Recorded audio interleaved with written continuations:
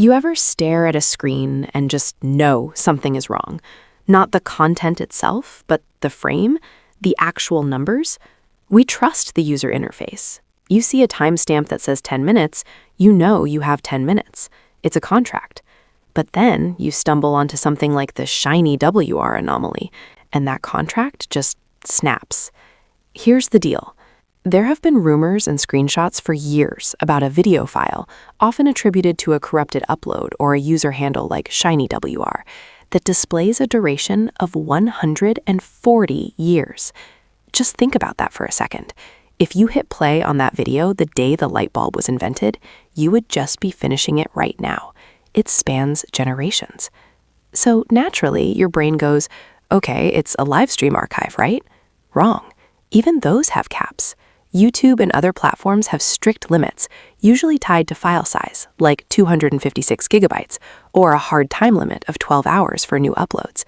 So how does a file exist that claims to be longer than a human lifespan? It drives me crazy looking at it. Technically, we're almost certainly looking at what's called an integer overflow. Computers count in specific chunks. If a video's duration metadata gets corrupted and exceeds the maximum value a 32-bit integer can hold, the system doesn't know what to do. Sometimes it wraps around to negative numbers, but sometimes it glitches out into these massive, impossible figures. It's the digital equivalent of a car odometer rolling over and getting stuck between nines. Hey, real quick, if you like digging into these weird cracks in the internet where the code breaks down, do me a favor and hit subscribe. It helps us keep the lights on in the server room. Anyway, back to the glitch. The scary part isn't the math, it's the behavior of the player. When people have tried to interact with these anomaly videos, assuming they can even find the unlisted links, the player usually panics. The seek bar disappears, the buffering wheel spins forever because it's trying to load a segment of a file that doesn't exist. The server is being told, fetch me the frame at year 75, and the server is like, buddy, I don't have anything. There's actually a community of people who hunt for these illegal video durations. They try to upload black screens or silence just to see if they can break the compression algorithms and trick the site into hosting a century-long video. Most of the time, the processing bot catches it and rejects the file.